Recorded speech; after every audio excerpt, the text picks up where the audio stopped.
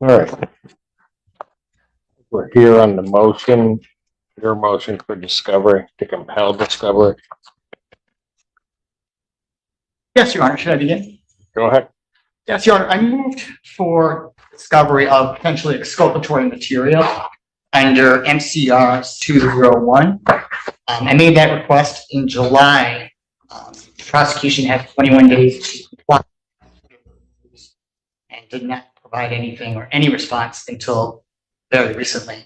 Last night I received his response to my motion, and I filed a reply today, Your Honor. I'm not sure if you had a chance to. I read everything, counsel, so. I know I heard.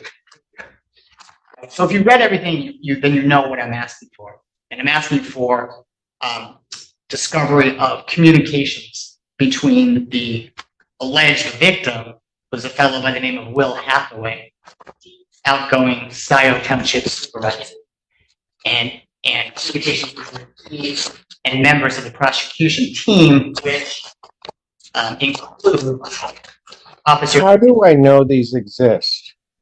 Sorry, how do you know? Well, I believe they exist. I know for a fact that there are emails after the discovery was produced to me between the key detective in this is Detective Harvis. He's the quote-unquote computer expert in the case. And Well, he's not quote-unquote a computer expert. He's extremely skilled in what he does. I'm sorry, I didn't So mean go to ahead. confuse him, but I don't know what his title is. I was just saying computer expert.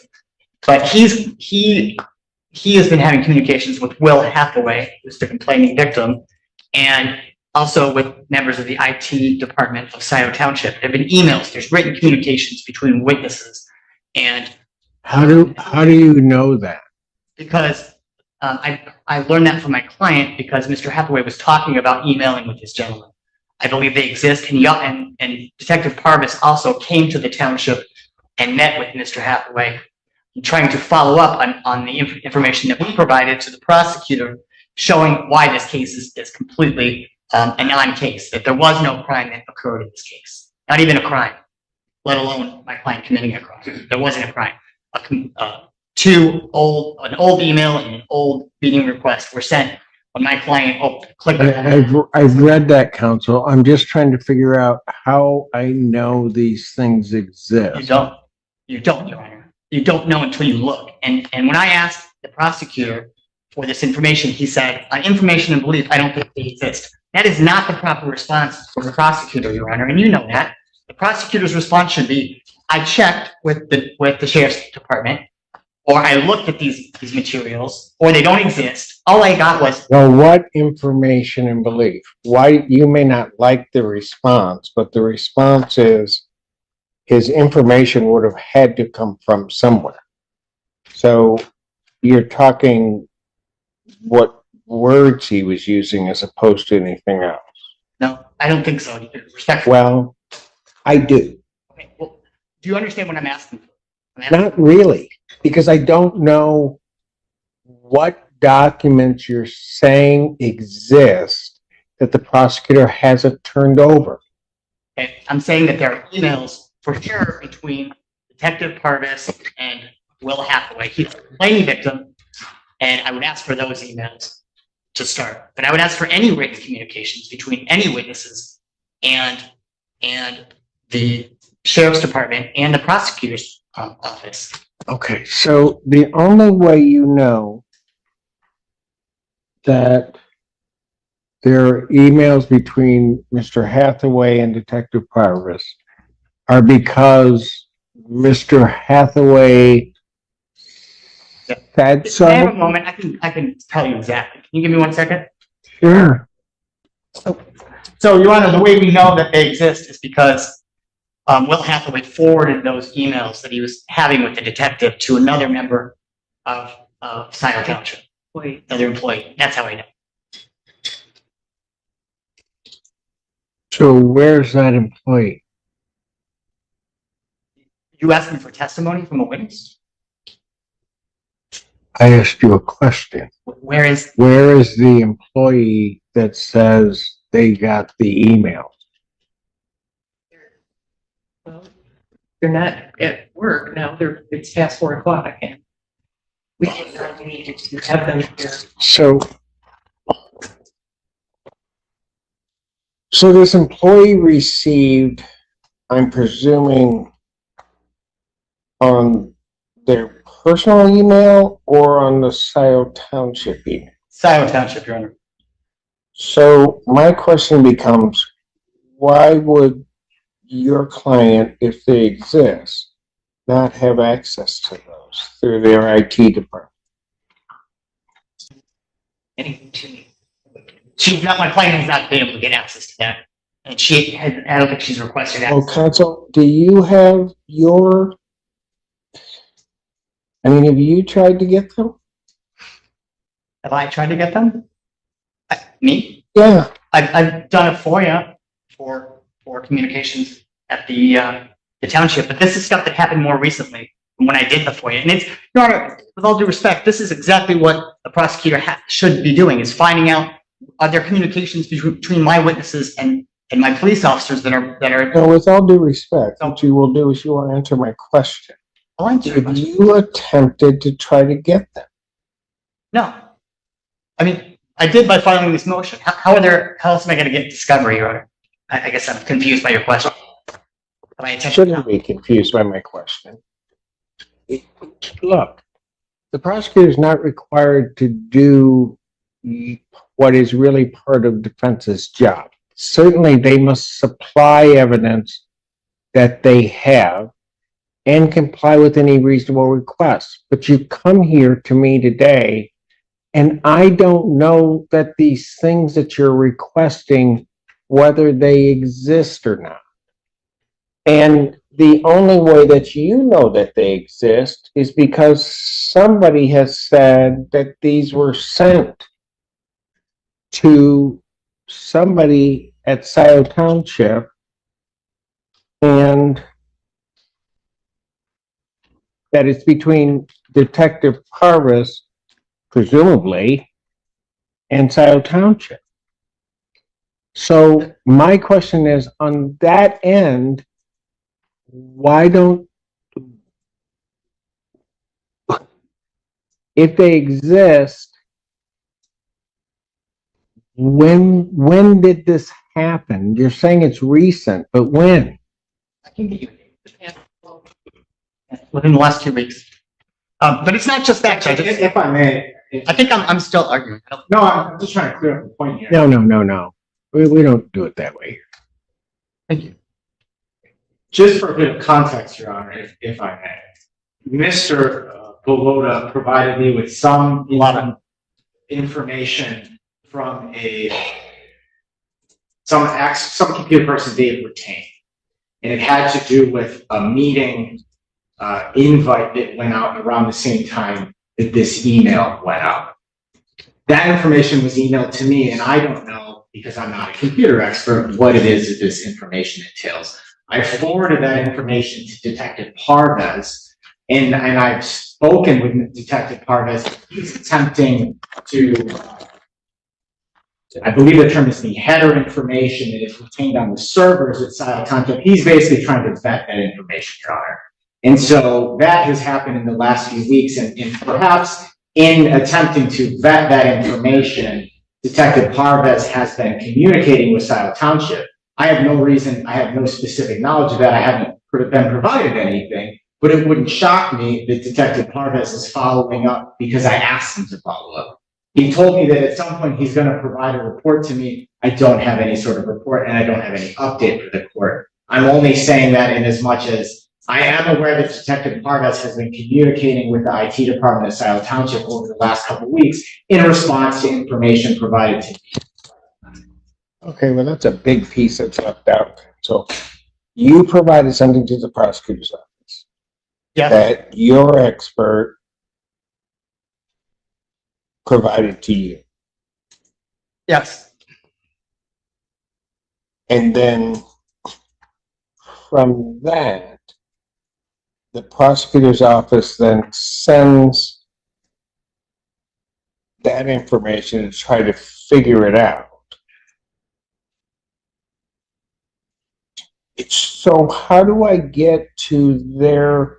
And so that hasn't been completed yet.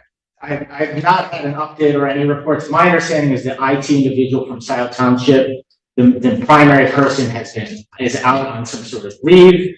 And the other information was that obviously with an election forthcoming, the current IT person has a lot going on. So there's a delay, I think, in getting that raw data to Detective Parvis so that he can, validate whether this is or is not true based on the defense expert.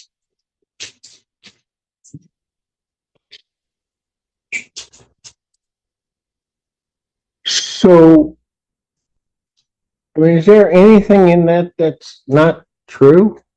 No. And So why am I here? If you gave them information and they're trying to unlock that information that you've given them, why am I here on a motion to compel that information where it's not been done yet? because that's not what I'm not asking for a follow-up report. I'm asking for communications, Your Honor, and not just with Detective Parvis and the IT person, but most importantly between Will Hathaway and members of Yeah, but doesn't that come from isn't that the subject matter of the meeting invite, or am I reading that? what is the subject? The meeting invite was for a meeting that happened 11 months or longer before. So it was an old meeting. That's why I say that this case was just essentially an IT issue. It had nothing to do with any individual action, anything. And that's why this case is started in this courtroom before you on this matter, because there is no evidence.